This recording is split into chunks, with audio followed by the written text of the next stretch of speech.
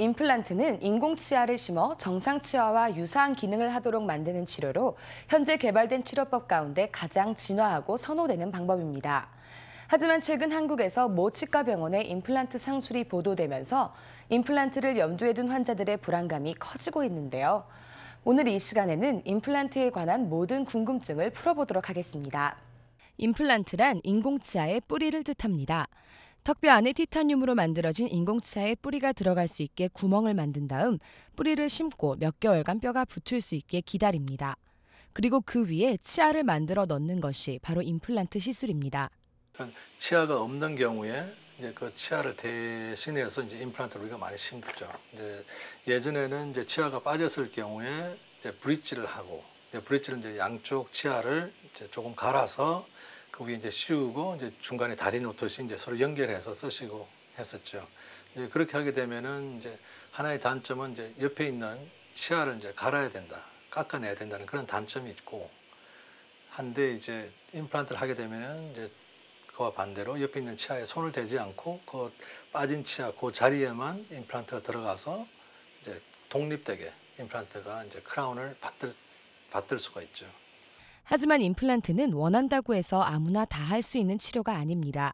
잇몸과 뼈의 조건을 만족시켜야 시술이 가능하다고 하는데요. 임플란트는 이제 뼈 속에 들어가서 이제 뼈가 임플란트를 지지를 해주고 꽉 잡아주죠. 그래서 이제 임플란트를 오래 쓰시려면 적당한 크기의 임플란트가 이제 뼈 속에 들어가야 되는데, 뼈의 이제 뼈가 이제 충분히 양이 있어서 그 임플란트를 이제 뼈 속에서 뼈가 잡아줄 수 있는 그런 뼈의 양이 있어야 되고, 또한 뼈의 그 질이라고 할까요? 퀄리티가 좋아야겠죠. 그래야 이제 잘 잡아주겠죠. 꽉 잡아 힘있게 잡아주는.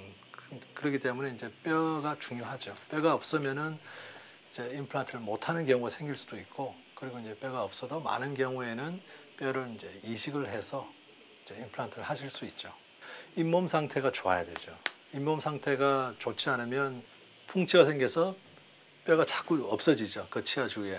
그러면 이제 뼈가 양이 줄어드니까 임플란트를 나중에 할 때도 문제가 생기고, 또한 잇몸이 안 좋으면 이제 그게 자꾸 이제 옆에 주위에 뼈를 자꾸 없애니까 이제 임플란트를 내가 심고 싶은 부위가 있어도 그 옆에 치아가 잇몸이 좋지 않으면 이제 자꾸 임플란트 있는 쪽으로도 이제 뼈가 자꾸 없어질 수가 있겠죠.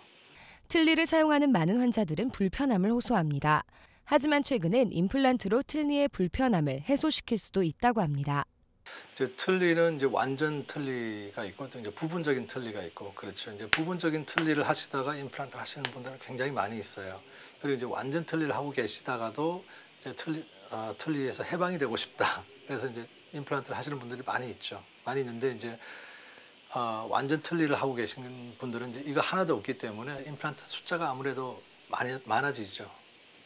그렇게 되면 이제 좀 치료가 커지고 복잡해지고 그런데, 근데 꼭 그렇게 하지 않더라도 이제 틀니가 너무 이렇게 많이 움직이니까 불편하다. 그래서 틀니를 좀 고정을 시킬 수 있는 방법이 없냐고 찾아오시는 분들이 많이 있어요.